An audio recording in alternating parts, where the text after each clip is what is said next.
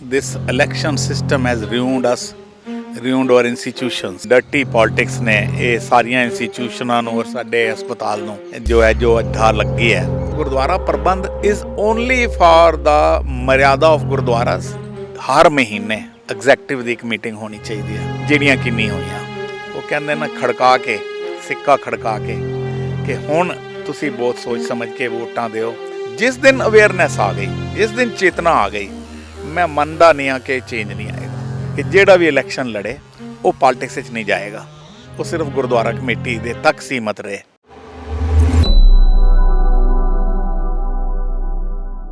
ਸਿੱਖ news express ਦੇਖ ਰਹੇ ਸਾਰੇ ਹੀ ਸਰੋਤਿਆਂ ਦਾ ਤਹਿ ਦਿਲੋਂ ਧੰਨਵਾਦ। ਅੱਜ ਸਾਡੇ ਨਾਲ ਜੁੜੇ ਹਨ ਸਰਦਾਰ ਹਰਿੰਦਰਪਾਲ ਸਿੰਘ ਜੀ, ਜੋ ਕਿ ਮਾਤਾ ਸੁੰਦਰੀ ਗੁਰਮਤਿ ਕਾਲਜ ਦੇ ਚੇਅਰਮੈਨ ਵੀ ਰਹਿ ਚੁੱਕੇ ਹਨ ਅਤੇ ਬਤੌਰ ਇਸ ਵੇਲੇ ਇਸ time Delhi Gurdwara manage committee ਦੇ ਮੈਂਬਰ ਵੀ ਹਨ। ਅਸੀਂ ਇਹਨਾਂ ਨਾਲ ਅੱਜ ਗੱਲਬਾਤ ਕਰਾਂਗੇ ਦਿੱਲੀ ਸਿੱਖ ਗੁਰਦੁਆਰਾ ਮੈਨੇਜਮੈਂਟ ਕਮੇਟੀ ਦੀਆਂ ਆਉਣ ਵਾਲੀਆਂ ਚੋਣਾਂ ਬਾਰੇ, ਉਹਦੇ ਸੁਧਾਰ ਬਾਰੇ ਅਤੇ ਕੀ ਕੁਝ ਇਸ ਦੇ ਵਿੱਚ ਤਬਦੀਲੀ ਕਰਨੀ ਚਾਹੀਦੀ ਹੈ। ਆਓ ਗੱਲਬਾਤ ਕਰਦੇ ਹਾਂ ਸਰਦਾਰ ਹਰਿੰਦਰਪਾਲ ਸਿੰਘ ਜੀ। ਵਾਹਿਗੁਰੂ ਜੀ ਕਾ ਖਾਲਸਾ, ਵਾਹਿਗੁਰੂ ਜੀ ਕੀ ਫਤਿਹ। ਵੀਰ ਜੀ, ਅਸੀਂ ਅੱਜ ਤੁਹਾਡੇ ਨਾਲ ਗੱਲ ਕਰਨਾ ਚਾਹੁੰਦੇ ਹਾਂ ਜੋ ਇਹ ਦਿੱਲੀ ਸਿੱਖ ਗੁਰਦੁਆਰਾ ਮੈਨੇਜਮੈਂਟ ਕਮੇਟੀ ਦੀਆਂ ਜੋ ਵੋਟਾਂ ਆਉਣ ਵਾਲੀਆਂ ਨੇ, ਇਲੈਕਸ਼ਨ ਆਉਣ ਵਾਲੇ ਹਨ, ਤੁਸੀਂ ਇਸ ਦੇ ਸੁਧਾਰ ਬਾਰੇ ਕੀ ਸੋਚਿਆ, ਜਾਂ ਇਸ ਨੂੰ ਇਹਦੇ ਵਿੱਚ ਸੁਧਾਰ ਕਰਨ ਦੀ ਕੀ ਜ਼ਰੂਰਤ ਹੈ, ਜਾਂ ਇਹਦੇ ਵਿੱਚ ਜੋ ਵੀ ਇਹਦੇ ਫੰਡਾਮੈਂਟਲ ਨੇ ਉਹਦੇ ਵਿੱਚ ਕੀ ਜ਼ਰੂਰਤ ਹੈ? ਤੁਸੀਂ ਇਸ ਬਾਰੇ ਕੋਈ 5 ਆਪਣੇ ਰਾਏ ਦੇਣਾ ਚਾਹੋਗੇ, ਜਾਂ ਇਹਦੇ ਵਿੱਚ ਕੀ ਕਰਨਾ ਚਾਹੀਦਾ ਸਾਨੂੰ? ਸਭ ਤੋਂ ਪਹਿਲਾਂ ਤਾਂ ਇਲੈਕਸ਼ਨ ਸਿਸਟਮ ਜਿਹੜਾ ਹੈ, ਇਸ ਇਲੈਕਸ਼ਨ ਸਿਸਟਮ ਨੇ ਸਾਡੇ ਵਿੱਚ ਬਹੁਤ ਜ਼ਿਆਦਾ ਖਰਾਬੀ ਪੈਦਾ ਕਰ ਦਿੱਤੀ। ਮੈਂ ਅਕਸਰ ਕਹਿੰਦਾ ਕਿ this election system has ruined us, ruined our institutions।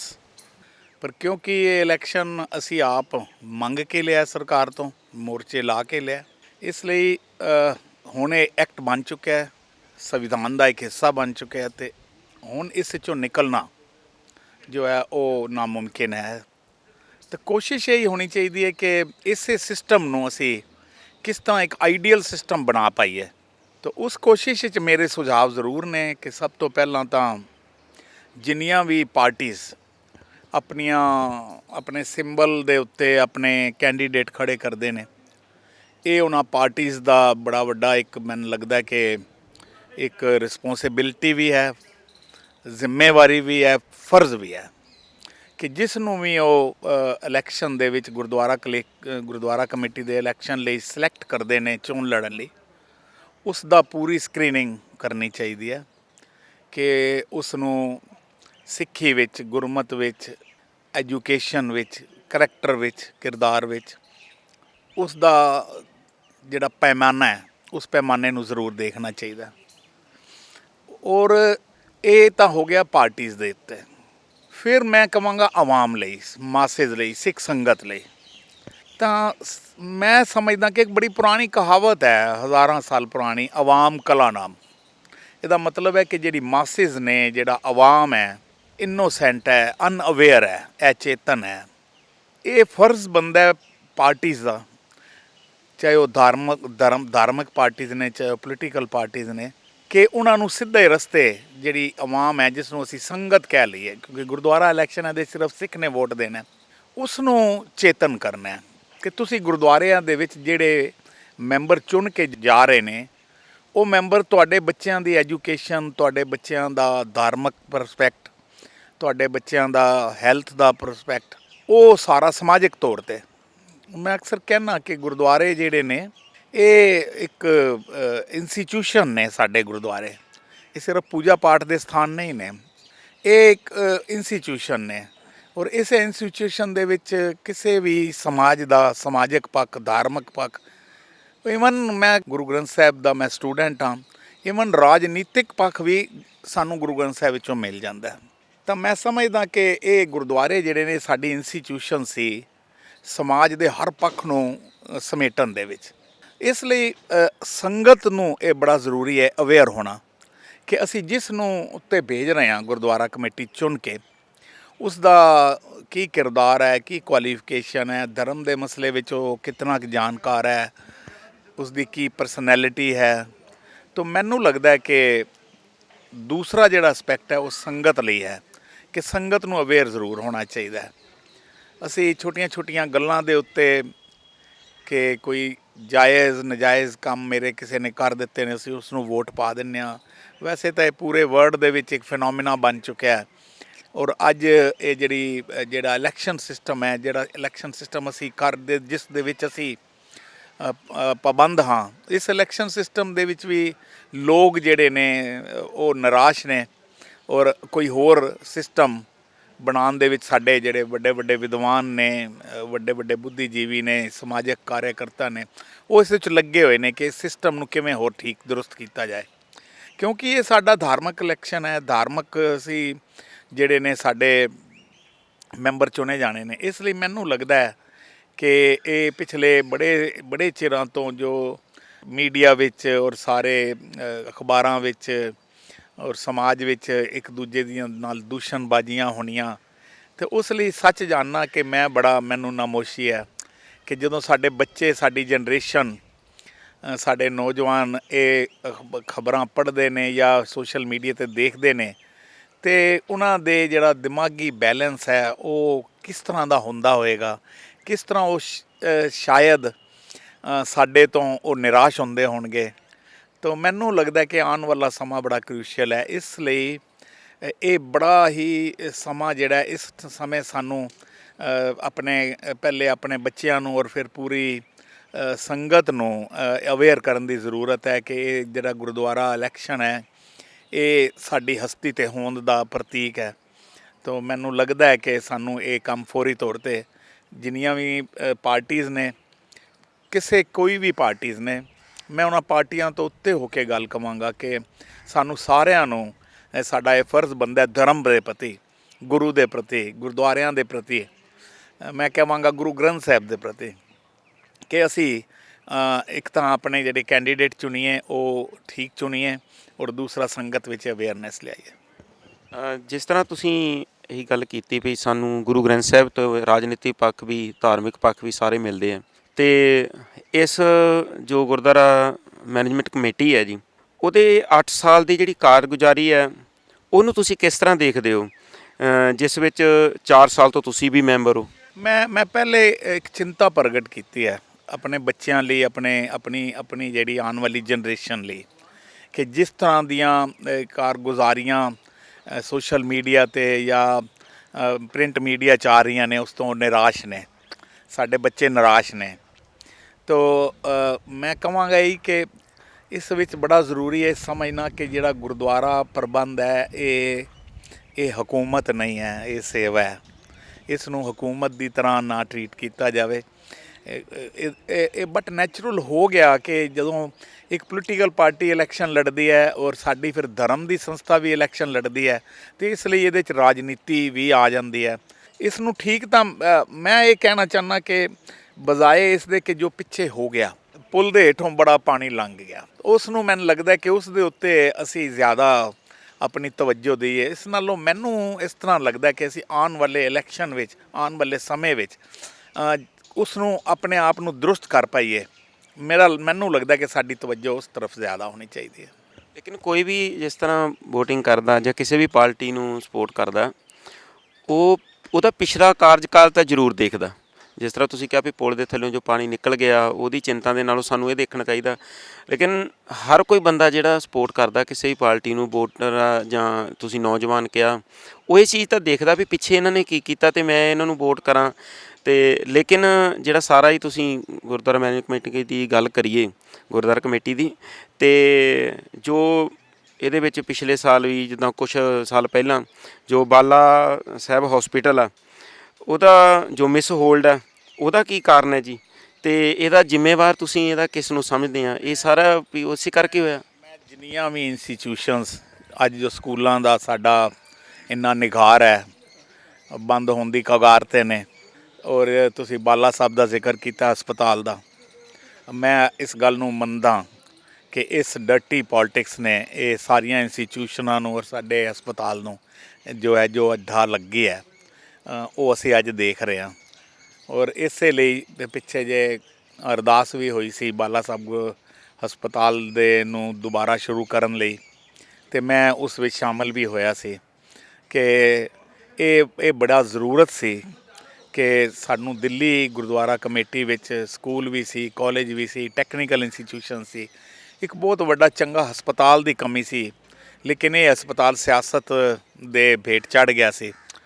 ਤੇ ਮੈਂ ਫਿਰ ਕਹਾਂਗਾ ਕਿ it all depends on coming ਜਿਹੜੀ ਸਾਡੀ ਸਿਆਸਤ ਹੋਣ ਜਾ ਰਹੀ ਹੈ ਗੁਰਦੁਆਰੇ ਦੀ, ਇਹ ਸਾਰਾ ਉਹਦੇ 'ਤੇ ਡਿਪੈਂਡ ਕਰਦਾ ਹੈ।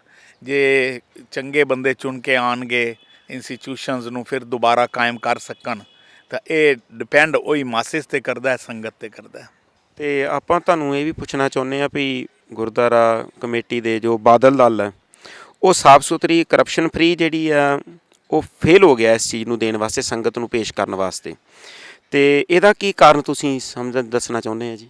ਗੱਲ ਸਾਰੀ ਇਹੀ ਹੈ ਜੀ, ਮੈਂ ਫਿਰ ਪਹਿਲੇ ਸ਼ੁਰੂਆਤ ਹੀ ਇੱਥੋਂ ਕੀਤੀ ਸੀ ਔਰ ਮੇਰੀ ਮੁਲਾਕਾਤ ਬਾਦਲ ਅਕਾਲੀ ਦਲ ਦੇ ਸੁਖਬੀਰ ਬਾਦਲ ਜੀ ਨਾਲ ਵੀ ਅੱਜ ਤੋਂ ਕੁਛ ਮਹੀਨਾ ਡੇਢ ਮਹੀਨੇ ਪਹਿਲੇ ਹੋਈ ਸੀ। ਮੈਂ ਉਹਦੇ ਵਿੱਚ ਇਹੀ ਚਿੰਤਾਵਾਂ ਉਹਨਾਂ ਦੇ ਨਾਲ ਸ਼ੇਅਰ ਕੀਤੀਆਂ ਸੀ ਔਰ ਮੈਂ ਇੱਕ ਗੱਲ ਇਹ ਵੀ ਕਹੀ ਸੀ ਕਿ ਸਾਨੂੰ ਪਾਰਟੀਆਂ, ਇਤਨੀਆਂ ਵੱਡੀਆਂ ਪਾਰਟੀਆਂ ਨੇ ਜਿਨ੍ਹਾਂ ਨੇ ਪੰਜਾਬ ਦੀ ਸਿਆਸਤ ਵਿੱਚ ਰਾਜ ਵੀ ਕੀਤਾ, ਦਿੱਲੀ ਵਿੱਚ ਵੀ ਕਿਸੇ ਨਾ ਕਿਸੇ ਤਰੀਕੇ ਰਾਜ ਵਿੱਚ ਰਹੇ, ਅਤੇ ਸਾਨੂੰ ਜਿਹੜੇ ਵੀ ਕੈਂਡੀਡੇਟ ਨੇ ਗੁਰਦੁਆਰਾ, ਅਸੀਂ ਐਕਚੁਅਲੀ ਕੀ ਹੈ ਕਿ ਅਸੀਂ ਇਸ ਚੀਜ਼ ਦੇ ਵਿੱਚ ਡਿਵੀਜ਼ਨ ਨਹੀਂ ਕਰ ਸਕੇ ਕਿ ਕਿਹੜਾ ਬੰਦਾ ਸਿਆਸਤ ਲਈ ਜਿਹੜਾ ਰਾਜਨੀਤੀ ਲਈ ਸਹੀ ਹੈ ਅਤੇ ਕਿਹੜਾ ਧਰਮ ਦੀ ਦੁਨੀਆ ਲਈ ਸਹੀ ਹੈ। ਮੈਨੂੰ ਲੱਗਦਾ ਕਿ ਇਸੇ ਕਾਰਨ ਜਿਹੜੇ ਕੁਝ ਰਾਜਨੀਤਿਕ ਲੋਕ ਨੇ ਉਹ ਗੁਰਦੁਆਰਾ ਪੋਲਿਟਿਕਸ ਵਿੱਚ ਬੜੇ ਆ ਗਏ ਔਰ ਗੁਰਦੁਆਰਾ ਜਿਹੜਾ ਇੱਥੇ ਰਾਜਨੀਤੀ ਚੱਲ ਨਹੀਂ ਸਕਦੇ। ਜਿਹੜਾ ਕੋਈ ਰਾਜਨੀਤੀ ਗੁਰਦੁਆਰੇ ਦੇ ਥਰੂ ਆਪਣੇ ਅੱਗੇ ਲਿਜਾਣਾ ਚਾਹੇਗਾ ਜਾਂ ਜਿਹੜਾ ਆਪਣਾ ਗੁਰਦੁਆਰਾ ਨੂੰ ਸੀੜੀ ਬਣਾਉਣਾ ਚਾਹੇਗਾ ਰਾਜਨੀਤੀ ਲਈ, ਉਹਦੇ ਵਿੱਚ ਮੈਨੂੰ ਨਹੀਂ ਪਤਾ ਕਿ ਉਹਨੂੰ ਕਾਮਯਾਬੀ ਕਿੰਨੀ ਕੁ ਮਿਲੇਗੀ, ਪਰ ਇਤਨਾ ਤੈਅ ਹੈ ਕਿ ਜਿਹੜੀ ਇੰਸਟੀਟਿਊਸ਼ਨ ਹੈ, ਗੁਰਦੁਆਰਾ ਇੰਸਟੀਟਿਊਸ਼ਨ ਹੈ, ਉਸ ਨੂੰ ਜ਼ਰੂਰ ਢਾਹ ਲੱਗੇਗੀ, ਜੋ ਕਿ ਅਸੀਂ ਦੇਖ ਰਹੇ ਹਾਂ ਪਿਛਲੇ ਬਹੁਤ ਸਾਲਾਂ ਤੋਂ। ਜਿਹੜਾ ਰਾਜ ਬਿਨਾਂ ਨਾ ਧਰਮ ਚੱਲਿਆ ਹੈ, ਇਹ ਐਕਚੁਅਲੀ ਗੁਰਦੁਆਰੇ ਦੇ ਪ੍ਰਸਪੈਕਟਿਵ ਤਾਂ ਨਹੀਂ ਸੀਗੀ ਗੱਲ, ਗੁਰੂ ਸਾਹਿਬ ਨੇ ਕਹੀ ਹੋਈ ਸੀਗੀ ਗੱਲ। ਉਹਨਾਂ ਦਾ ਕਹਿਣਾ ਸਿਰਫ ਇਤਨਾ ਸੀ ਕਿ ਧਰਮ ਦੀ ਰੱਖਿਆ ਲਈ ਤੁਹਾਡੇ ਵਿੱਚ ਰਾਜ ਦਾ ਜਿਹੜਾ ਕੰਸੈਪਟ ਹੋਣਾ ਚਾਹੀਦਾ ਔਰ ਰਾਜ ਨੂੰ ਆਦਰਸ਼ਕ ਤਰੀਕੇ ਨਾਲ ਚਲਾਉਣ ਲਈ ਧਰਮ ਦੀ ਜ਼ਰੂਰਤ ਹੈ। ਔਰ ਸਦਾ ਤੁਸੀਂ ਦੇਖ ਲਓ ਪਿਛਲੇ ਹਜ਼ਾਰਾਂ ਸਾਲਾਂ ਤੋਂ ਚਰਚ ਅਬਾਊ ਸਟੇਟ ਰਿਹਾ, ਧਰਮ ਜਿਹੜਾ ਹੈ ਉਹ ਰਾਜ ਤੋਂ ਉੱਤੇ ਰਿਹਾ। ਸਾਡਾ ਅਕਾਲ ਤਖਤ ਦਾ ਕਨਸੈਪਟ ਕ੍ਰਿਸਚੀਅਨਿਟੀ ਦੇ ਵਿੱਚ ਚਰਚ ਹਮੇਸ਼ਾ ਉੱਤੇ ਰਿਹਾ, ਅਤੇ ਇਵੇਂ ਹੀ ਹਿੰਦੂਇਜ਼ਮ ਦੇ ਵਿੱਚ ਵੀ ਜਿਹੜੇ ਪੁਰਾਣੇ ਰਾਜੇ ਨੇ ਉਹ ਰਾਜ ਪੁਰੋਤਾਂ ਦੇ ਥੱਲੇ ਰਹੇ। ਤੋ ਮੈਂ ਸਿਰਫ ਇਤਨਾ ਕਹਿ ਰਿਹਾ ਕਿ ਜਿਹੜਾ ਰਾਜ ਦੀ ਗੱਲ ਅਸੀਂ ਕਰ ਰਹੇ ਹਾਂ ਉਹ ਰਾਜ ਗੁਰਦੁਆਰਿਆਂ ਦੇ ਵਿੱਚ ਉਹ ਰਾਜਨੀਤੀ ਨਹੀਂ ਹੋਣੀ ਚਾਹੀਦੀ। ਗੁਰਦੁਆਰਾ ਤਾਂ ਜਦੋਂ ਮੈਂ ਕਹਿ ਹੀ ਰਿਹਾ ਸਿਰਫ ਸੇਵਾ ਲਈ ਹੈ। ਗੁਰਦੁਆਰਾ ਜਿਹੜਾ ਹੈ, ਗੁਰਦੁਆਰਾ ਪ੍ਰਬੰਧ ਇਜ਼ ਓਨਲੀ ਫਾਰ ਦਾ ਮਰਿਆਦਾ of gurdwaras and institutions the management. ਪਰ ਮੈਨੂੰ ਲੱਗਦਾ ਹੈ ਕਿ ਪਿਛਲੇ ਬਹੁਤ ਚਿਰਾਂ ਤੋਂ ਅਸੀਂ ਭਟਕੇ ਹੋਏ ਹਾਂ, ਅਤੇ ਇਹ ਇੱਕ ਕੌਮ ਦੇ ਵੱਡੇ ਬੁੱਧੀਜੀਵੀਆਂ ਦਾ, ਚਿੰਤਕਾਂ ਦਾ ਬੈਠ ਕੇ ਇਹਨੂੰ ਸਿਰ ਜੋੜ ਕੇ ਬੜੀ ਜ਼ਰੂਰਤ ਹੈ ਕਿ ਸਾਨੂੰ ਗੁਰਦੁਆਰਿਆਂ ਦੇ ਜਿਹੜੇ ਪ੍ਰਬੰਧ ਨੇ ਉਹਨਾਂ ਪ੍ਰਬੰਧਾਂ ਦੇ ਵਿੱਚੋਂ ਜਿਹੜੀ ਰਾਜਸੀ ਰਾਜਨੀਤੀ ਹੈ ਉਸ ਨੂੰ ਕੱਢਣਾ ਪਏਗਾ। ਜਿਸ ਤਰ੍ਹਾਂ ਬਾਦਲ ਦਲ ਦੇ ਟਾਈਮ ਪੀਰੀਅਡ ਦੇ ਵਿੱਚ ਜੋ ਵੀ ਵਾਧੂ ਖਰਚੇ ਹੋਏ, ਬੇਲੋੜੀਂਦੇ ਖਰਚੇ, ਉਹ ਸੰਗਤ ਦੇ ਸਾਹਮਣੇ ਵੀ ਇਸ 'ਤੇ ਕਈ ਵਾਰੀ ਵਾਦ ਵਿਵਾਦ ਵੀ ਹੋਇਆ, ਅਤੇ ਇਹ ਜਿਹੜੀ ਐਗਜ਼ੀਕਿਊਟਿਵ ਮੈਂਬਰਾਂ ਨੇ ਉਸ ਨੂੰ ਅਕਾਊਂਟੇਬਲ ਕਿਉਂ ਨਹੀਂ ਬਣਾਇਆ? ਜਦੋਂ ਇਹ ਕਮੇਟੀ ਬਣੀ ਸੀ ਔਰ ਮੈਂ ਪਹਿਲੀ ਐਗਜ਼ੈਕਟਿਵ ਮੀਟਿੰਗ ਵਿੱਚ ਵੀ ਕੁਛ ਇਤਰਾਜ਼, ਕੁਛ ਮੇਰੇ ਖਿਆਲ ਮੈਂ ਰੱਖੇ ਸੀ। ਉਹਦੇ ਵਿੱਚ ਮੈਨੂੰ ਯਾਦ ਹੈ ਬੜੀ ਅੱਛੀ ਤਰ੍ਹਾਂ ਕਿ ਮੈਂ ਉਸ ਪਹਿਲੀ ਮੀਟਿੰਗ ਵਿੱਚ ਇਹ ਕਹੀ ਸੀ ਕਿ ਬਾਬਾ ਫਰੀਦ ਜਦੋਂ ਕਿਸੇ ਦੇ ਤਰੁੱਠਦੇ ਸੀ, ਜਦੋਂ ਕਿਸੇ ਨੂੰ ਅਸੀਸ ਦਿੰਦੇ ਸੀ ਅਤੇ ਕਹਿੰਦੇ ਸੀ ਜਾ ਰੱਬ ਤੇਰੇ ਦਿਲ ਵਿੱਚ ਦਰਦ ਪੈਦਾ ਕਰੇ। ਅਤੇ ਮੈਂ ਕਿਹਾ ਜੀ ਮੈਂਬਰਾਂ ਦੇ ਦਿਲ ਵਿੱਚ ਦਰਦ ਪੈਦਾ ਹੋਵੇ ਕਿ ਜਿਹੜੇ ਕੋਈ ਫਜ਼ੂਲ ਖਰਚੀਆਂ ਨੇ ਉਹਨੂੰ ਨੋਟਿਸ ਲੈਣ ਔਰ ਉਹ ਕਰਨ। ਜਦੋਂ ਇਹ 2 ਸਾਲ ਪਹਿਲੇ ਇਹ ਫਿਰ ਬਦਲੀ ਕਮੇਟੀ, ਤਾਂ ਉਦੋਂ ਵੀ ਮੈਂ ਪਹਿਲੀ ਐਗਜ਼ੈਕਟਿਵ ਮੀਟਿੰਗ ਵਿੱਚ ਇੱਕ ਗੱਲ ਕਹੀ ਸੀ ਔਰ ਮੈਂ ਸ਼ਾਇਦ ਮੈਨੂੰ ਯਾਦ ਹੈ ਕਿ ਮੈਂ ਰਿਕਾਰਡ ਵਿੱਚ ਵੀ ਲਿਖਵਾਈ ਸੀ ਕਿ ਹਰ ਮਹੀਨੇ ਐਗਜ਼ੈਕਟਿਵ ਦੀ ਇੱਕ ਮੀਟਿੰਗ ਹੋਣੀ ਚਾਹੀਦੀ ਹੈ, ਜਿਹੜੀਆਂ ਕਿ ਨਹੀਂ ਹੋਈਆਂ। ਮੇਰਾ ਖਿਆਲ 2 ਸਾਲ ਦੀ ਟੈਨਿਓਰ ਵਿੱਚ 3 ਜਾਂ 4 ਮੀਟਿੰਗਸ ਹੋਈਆਂ ਨੇ ਐਗਜ਼ੈਕਟਿਵ ਦੀਆਂ, 5 ਹੋਈਆਂ ਹੋਣਗੀਆਂ। ਉਹਨਾਂ 5 ਇੱਕ ਐਗਜ਼ੈਕਟਿਵ ਮੀਟਿੰਗਾਂ ਦੇ ਵਿੱਚ ਅਸਲ ਇਹ ਸਿਸਟਮ ਜਿਹੜਾ ਮੈਂ ਫਿਰ ਕਹਿ ਦੇਵਾਂ ਕਿ ਇਹ ਸਿਸਟਮ ਅਸੀਂ ਲੋਕ ਤਾਂ ਜਿਹੜਾ ਗੁਰਦੁਆਰਾ ਪ੍ਰਬੰਧ ਚਲਾ ਰਹੇ ਹਾਂ, ਅਸੀਂ ਤਾਂ ਆਪਣਾ ਜਿਹੜਾ ਦਿੱਲੀ ਸਿੱਖ ਗੁਰਦੁਆਰਾ ਐਕਟ ਬਣਿਆ ਸੀ ਉਸ ਨੂੰ ਵੀ ਨਹੀਂ ਫੋਲੋ ਕਰਦੇ। ਇਹ ਚੱਲਦਾ ਆ ਰਿਹਾ। ਤੋ ਮੇਰੀ ਗੱਲ ਫਿਰ ਉੱਥੇ ਹੀ ਹੋਏਗੀ ਕਿ ਮੈਂ ਮੰਨਦਾ ਕਿ ਕੁਝ ਉਨਤਾਈਆਂ ਤਾਂ ਹੋਈਆਂ ਨੇ ਤਾਂ ਹੀ ਅੱਜ ਇਹ ਹਾਲਾਤ ਇਸ ਤਰ੍ਹਾਂ ਦੇ ਬਣ ਗਏ ਨੇ। ਹੁਣ ਉਹਦੇ ਵਿੱਚ ਕੁਝ ਕਾਨੂੰਨੀ ਕਾਰਵਾਈਆਂ ਵੀ ਹੋਈਆਂ ਨੇ, ਕੁਝ FIRਾਂ ਵੀ ਹੋਈਆਂ ਨੇ। ਇਹ ਕਾਨੂੰਨ ਆਪਣਾ ਕੰਮ ਕਰੇਗਾ, ਅਦਾਲਤਾਂ ਵਿੱਚ ਜੋ ਕੁਝ ਹੈ ਵੀ ਉਹ ਵੀ ਕਰਨਗੇ। ਪਰ ਕਿਉਂਕਿ ਹੁਣ ਇਲੈਕਸ਼ਨ ਬਿਲਕੁਲ ਸਿਰ 'ਤੇ ਆ ਗਏ ਨੇ, ਤਾਂ ਮੈਨੂੰ ਨਹੀਂ ਲੱਗਦਾ ਕਿ ਸਾਨੂੰ ਜੋ ਹੈ ਕੋਈ ਟਾਈਮ ਖਰਾਬ ਕਰਨਾ ਚਾਹੀਦਾ। ਫੌਰੀ ਤੌਰ 'ਤੇ ਸਿੰਘ ਸਭਾਵਾਂ ਦੇ ਲੈਵਲ 'ਤੇ ਔਰ ਫਿਰ ਵੱਡੇ ਲੈਵਲ 'ਤੇ ਲਿਆ ਕੇ ਪੋਲੀਟੀਕਲ ਪਾਰਟੀਜ਼ ਨੂੰ ਵੀ ਅਸੀਂ ਕਈ ਵਾਰੀ ਗੱਲ ਕਰਦੇ ਹਾਂ ਅਤੇ ਗੱਲ ਕਰੀ ਦੀ ਹੈ ਵੀ ਤੁਸੀਂ ਜਦੋਂ ਵੀ ਕੋਈ ਬੰਦਾ ਚੁਣੋ ਇਲੈਕਸ਼ਨ ਲਈ ਥੋੜ੍ਹਾ ਜਿਹਾ ਇਹ ਸਕਰੀਨਿੰਗ, ਥੋੜ੍ਹਾ ਜਿਹਾ ਨਹੀਂ ਬਹੁਤ ਜ਼ਿਆਦਾ ਇਹ ਸਕਰੀਨ ਕਰਨ ਦੀ ਜ਼ਰੂਰਤ ਹੈ। ਅਤੇ ਚੇਂਜ ਤਾਂ ਤਦ ਹੀ ਆਏਗਾ ਕਿ ਕੁਛ ਅਗਰ ਜਿਹੜੇ ਸਿੱਖੀ ਨੂੰ, ਧਰਮ ਨੂੰ ਸਮਝਣ ਵਾਲੇ, ਗੁਰਮਤ ਨੂੰ ਸਮਝਣ ਵਾਲੇ ਔਰ ਪੜ੍ਹੇ ਲਿਖੇ ਲੋਕ, ਜਦੋਂ ਇਮਾਨਦਾਰ ਲੋਕ ਜਦੋਂ ਇਕੱਠੇ ਹੋ ਕੇ ਬੈਠਣਗੇ ਤਾਂ ਮੈਨੂੰ ਲੱਗਦਾ ਹੈ ਕਿ ਕੁਛ ਨਾ ਕੁਛ ਚੰਗਾ ਜ਼ਰੂਰ ਨਿਕਲੇਗਾ ਉਹਦੇ 'ਚੋਂ। ਵੀ ਪਹਿਲਾਂ ਜੋ ਖਜ਼ਾਨਾ ਸੀਗਾ ਗੁਰਦੁਆਰਾ ਮੈਨੇਜਮੈਂਟ ਕਮੇਟੀ ਦਾ, ਉਹ ਵਾਧੇ ਵਿੱਚ ਸੀ, ਹੁਣ ਘਾਟੇ ਵਿੱਚ ਚਲਾ ਗਿਆ। ਇਸ ਦੇ ਵਿੱਚ ਜਿਹੜੀ ਐਗਜ਼ੀਕਿਊਟਿਵ ਬੋਡੀ ਸੀ ਉਹ ਕਿੱਥੇ ਫੇਲ ਹੋਈ ਹੈ, ਕਾਰਨ ਕੀ ਬਣਿਆ? ਇਹ ਐਗਜ਼ੈਕਟਿਵ ਬੋਡੀ ਦਾ ਬੜੀ ਬਾਅਦ ਵਿੱਚ ਰੋਲ ਆਉਂਦਾ ਹੈ। ਦੇਖੋ, ਇੱਕ ਤਾਂ ਪਿਛਲੇ 1 ਸਾਲ ਤੋਂ 10-12 ਮਹੀਨੇ ਤੋਂ ਇਸ ਕਰੋਨਾ ਕਰਕੇ ਇੱਕ ਬੜੇ ਵੱਡੇ ਕ੍ਰਾਈਸਿਸ ਵਿੱਚ ਗੁਰਦੁਆਰਾ ਪ੍ਰਬੰਧਕ ਕਮੇਟੀ ਆਈ ਹੈ, ਔਰ ਕੁਛ ਜਿਹੜੀਆਂ ਫਜ਼ੂਲ ਖਰਚੀਆਂ ਕਰਕੇ ਵੀ ਹੁਣ ਇਹ ਪਿਛਲੇ 2-3 ਮਹੀਨੇ ਤੋਂ ਕਿਸਾਨ ਮੋਰਚਾ ਚੱਲ ਰਿਹਾ। ਤੋ ਇਸ ਕਰਕੇ ਜਿਹੜੀ ਕਰੋਨਾ ਦੀ ਮਾਰ ਪਈ ਹੈ ਉਹ ਬੜੀ ਜ਼ਬਰਦਸਤ ਪਈ ਹੈ। ਮੈਂ ਇੱਕ ਸਕੂਲ ਦੇਖ ਰਿਹਾ ਸੀ ਔਰ ਤੁਸੀਂ ਬਿਲੀਵ ਕਰਨਾ ਕਿ ਉਹ ਸਕੂਲ ਜੋ ਹੈ ਉੱਥੇ 4 ਕਰੋੜ ਰੁਪਏ ਦੀਆਂ ਫੀਸਾਂ ਡਿਊ ਨੇ।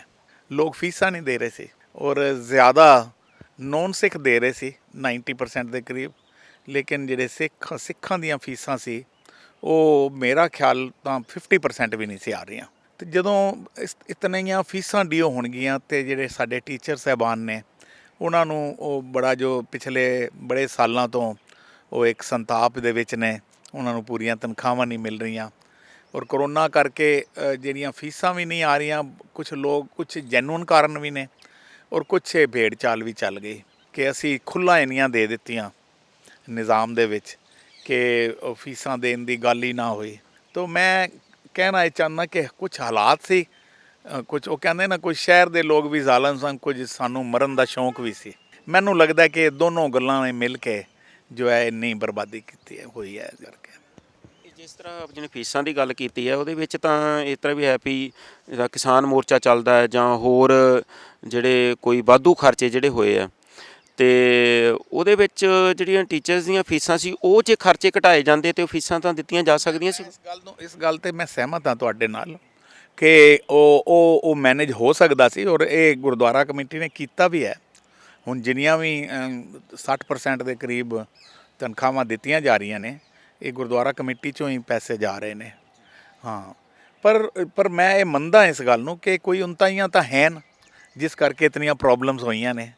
ਇਸ ਗੱਲ ਨੂੰ ਤਾਂ ਅਸੀਂ no one can deny it. ਮੈਂ ਇਸੇ ਲਈ ਜ਼ੋਰ ਦੇ ਰਿਹਾ ਸੀ ਕਿ ਜਿਹੜੀ ਕਮੇਟੀ ਹੁਣ ਅਗਲੀ ਕੋਈ ਇਲੈਕਸ਼ਨ ਆ ਰਹੀ ਹੈ ਉਸ ਵਿੱਚ ਅਸੀਂ ਦੇਖੋ ਸਿਰਫ ਬੱਚਿਆਂ ਦੀ ਸਿਰਫ ਟੀਚਰਾਂ ਦਾ ਹੀ ਨੁਕਸਾਨ ਨਹੀਂ ਹੈ।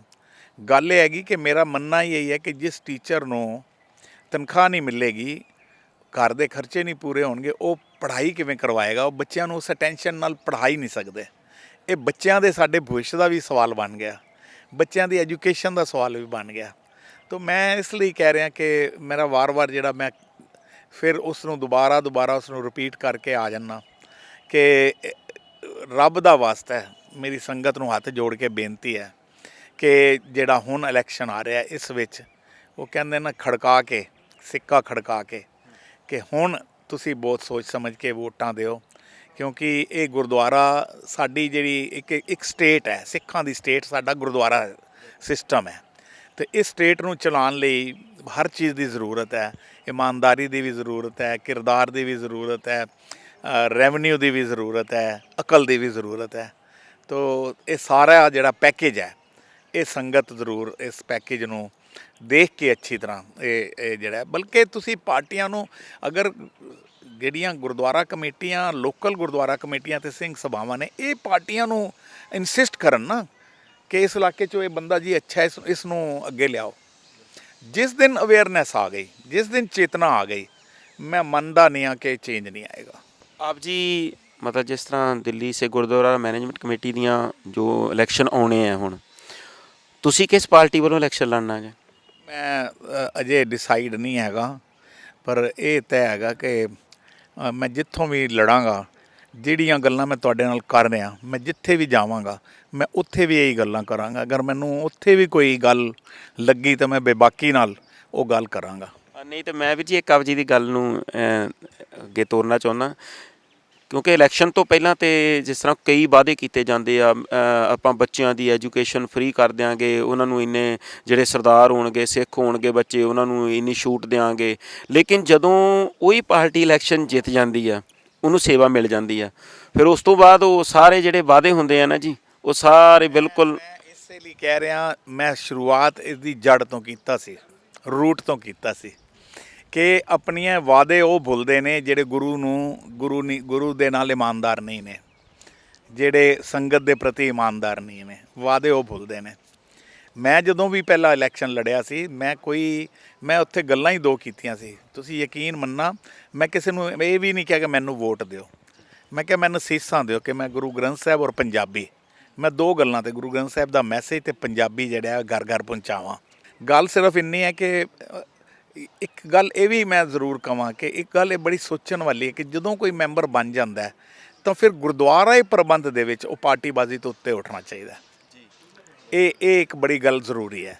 ਜੇਕਰ ਇਸ ਇਲੈਕਸ਼ਨ ਦੇ ਵਿੱਚ ਤੁਹਾਨੂੰ ਸੇਵਾ ਮਿਲ ਜਾਂਦੀ ਹੈ, ਤੁਸੀਂ ਕਿਸ ਪਾਰਟੀ ਵੱਲੋਂ ਵੀ, ਤੁਸੀਂ ਜਿਸ ਤਰ੍ਹਾਂ ਕਿਹਾ ਵੀ ਮੈਂ ਜਿਸ ਪਾਰਟੀ ਵੱਲੋਂ ਵੀ ਲੜਾਂਗਾ, ਮੇਰੇ ਜੋ ਮੈਂ ਤੁਸੀਂ ਆਪ ਜੀ ਨੇ ਬਚਨ ਕੀਤੇ ਆ ਵੀ ਉਹਦੇ 'ਤੇ ਮੈਂ ਖਰਾ ਉਤਰਾਂਗਾ, ਉਹੀ ਮੇਰੇ ਪਾਰਟੀ ਦੇ ਬਚਨ ਰਹਿਣਗੇ। ਅਗਰ ਜੇਕਰ ਤੁਸੀਂ ਇਸ ਇਲੈਕਸ਼ਨ ਦੇ ਵਿੱਚ ਜਿੱਤਦੇ ਹੋ ਜਾਂ ਸੇਵਾ ਮਿਲਦੀ ਆ ਤਾਂ ਤੁਹਾਡਾ ਕੀ ਏਜੰਡਾ ਰਹੇਗਾ ਵੀ ਸਿੱਖ ਧਰਮ ਦੇ ਪ੍ਰਚਾਰ ਵਾਸਤੇ, ਪ੍ਰਸਾਰ ਵਾਸਤੇ?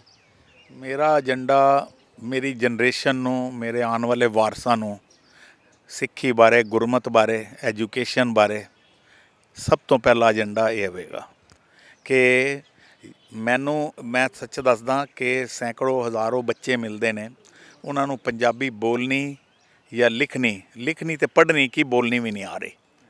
ਔਰ ਇਹ ਇੱਕ ਬੜਾ ਇੱਕ ਐਸਾ ਮਸਲਾ ਹੈ ਜਿਸ ਮਸਲੇ ਦਾ ਸੰਬੰਧ ਜਿਹੜਾ ਨਾ ਪੂਰੀ ਸਿੱਖੀ ਦੀ ਹੋਂਦ ਨਾਲ ਹੈ, ਇਹ ਤੈਅ ਹੈਗਾ। ਤੋ ਅਸੀਂ ਸਾਡੀ ਜਿਹੜੀਆਂ ਸਕੂਲ ਇੰਸਟੀਟਿਊਸ਼ਨ ਸੀ ਬਣਾਈਆਂ ਹੀ ਇਸ ਲਈ ਗਈਆਂ ਸੀ ਕਿ ਇਹਨਾਂ ਨੂੰ ਮਾਡਰਨ ਟੂ ਮਾਡਰਨ ਐਜੂਕੇਸ਼ਨ ਅਤੇ ਆਪਣੇ ਵਿਰਸੇ ਨਾਲ, ਆਪਣੀ ਭਾਸ਼ਾ ਨਾਲ ਜੋੜੀਏ, ਆਪਣੀ ਇਸ ਦਿੱਖ ਦੇ ਨਾਲ ਜੋੜੀਏ। ਪਰ ਕਿੱਥੇ ਨਾ ਕਿੱਥੇ ਨਾਕਾਮੀ ਮਿਲੀ ਹੈ, ਨਾਕਾਮੀ ਮਿਲੀ ਹੈ ਸਾਨੂੰ ਸਾਡੀ ਆਪਣੀਆਂ ਨਲਾਇਕੀਆਂ ਕਰਕੇ। ਕਿ ਜਿਹੜਾ ਦੇਖੋ ਇੱਕ ਬੱਚਿਆਂ ਨੂੰ ਆਈਡੀਅਲ ਚਾਹੀਦਾ ਹੁੰਦਾ, ਅਤੇ ਗੁਰਦੁਆਰਾ ਦਾ ਜਦੋਂ ਮੈਂ ਦੇਖਦਾ ਗੁਰਦੁਆਰੇ ਦਾ ਨਿਜ਼ਾਮ, ਅਤੇ ਇਹਦੇ ਵਿੱਚ ਆਈਡੀਅਲਸ ਜਿਹੜੇ ਨੇ ਉਹ ਢੂੰਡਿਆਂ ਵੀ ਮਿਲਦੇ ਨੇ। ਆਈਡੀਅਲਸ ਨਾਲ ਨਹੀਂ ਹੈਗੇ ਜਦੋਂ ਹਰ ਐਸਪੈਕਟ ਦੇ ਨਾਲ, ਜੇ ਗੁਰਮਤ ਲਵਾਂ, ਐਜੂਕੇਸ਼ਨ ਲਵਾਂ, ਇਮਾਨਦਾਰੀ ਲਵਾਂ, ਤਾਂ ਉਹ ਆਈਡੀਅਲਸ ਜਦ ਤੱਕ ਬੱਚਿਆਂ ਨੂੰ ਨਹੀਂ ਮਿਲਣਗੇ, ਉਹ ਆਈਡੀਅਲਸ ਤਾਂ ਬੱਚੇ ਫਾਲੋ ਨਹੀਂ ਕਰਨਗੇ। ਸਾਨੂੰ ਉਹ ਆਈਡੀਅਲਸ ਚਾਹੀਦੇ ਨੇ, ਉਹ ਪਰਸਨੈਲਿਟੀਜ਼ ਚਾਹੀਦੀਆਂ ਨੇ ਜਿਨ੍ਹਾਂ ਵਿੱਚ ਇਮਾਨਦਾਰੀ ਹੋਵੇ, ਜਿੱਥੋਂ ਬੱਚੇ ਅਟਰੈਕਟ ਹੋਣ।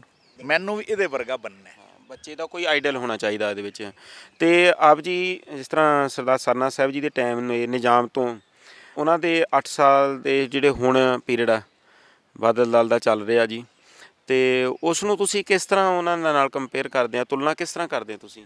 ਪਹਿਲੇ ਮੈਂ ਤੁਹਾਨੂੰ ਸੱਚ ਦੱਸਦਾ ਕਿ ਮੈਂ 95 ਦੇ ਵਿੱਚ ਸਰਨਾ ਸਾਹਿਬ ਆਏ ਸੀ, ਅਤੇ ਉਦੋਂ ਬੜੀ ਕਮੇਟੀ ਬੜੀ ਚੰਗੀ ਚੱਲੀ ਸੀ। ਡਾਕਟਰ ਜਸਪਾਲ ਸਿੰਘ ਨਾਲ ਸੀ ਭਾਵੇਂ ਉਹ ਵੀ ਅਕਾਲੀ ਦਲ ਬਾਦਲ ਤੋਂ ਹੀ, ਸਭ ਇਕੱਠਾ ਹੀ ਸੀ ਉਦੋਂ।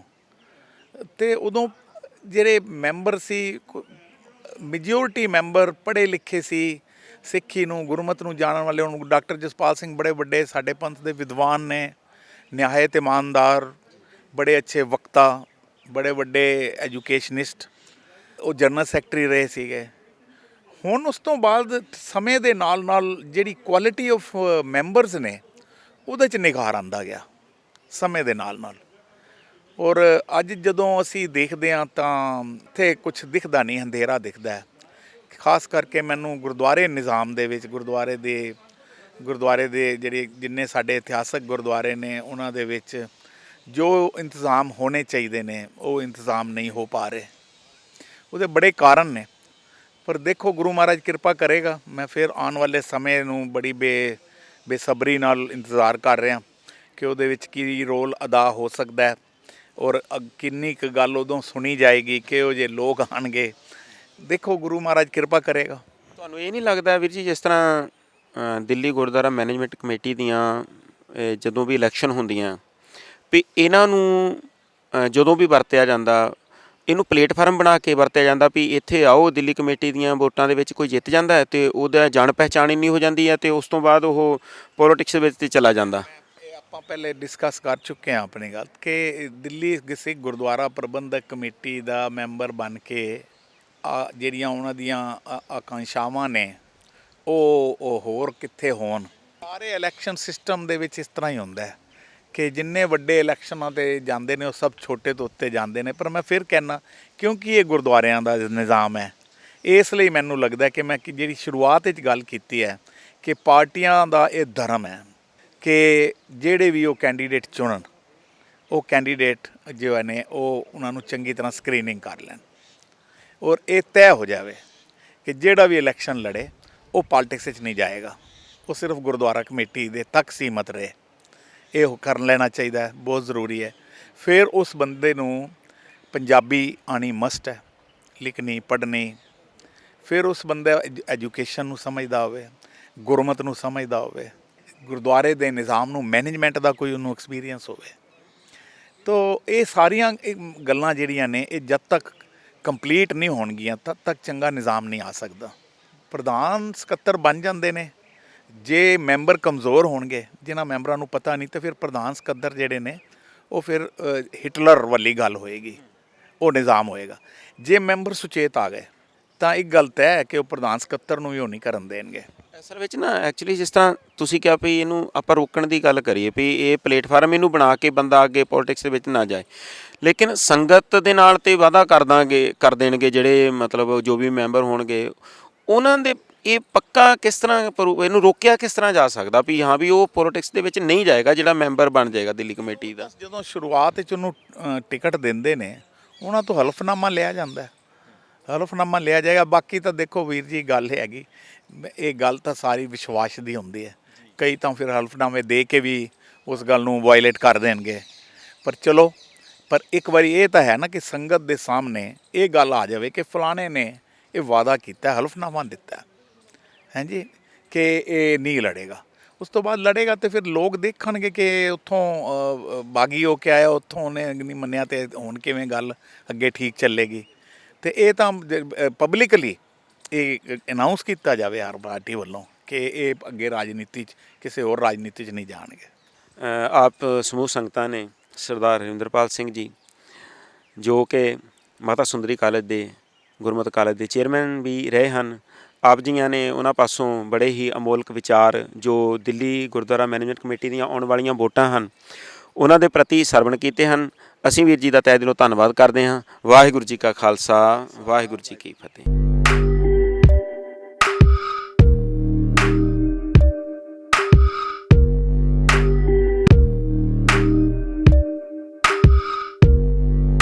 ਸਾਡੇ YouTube ਚੈਨਲ ਨੂੰ ਸਬਸਕ੍ਰਾਈਬ ਕਰੋ।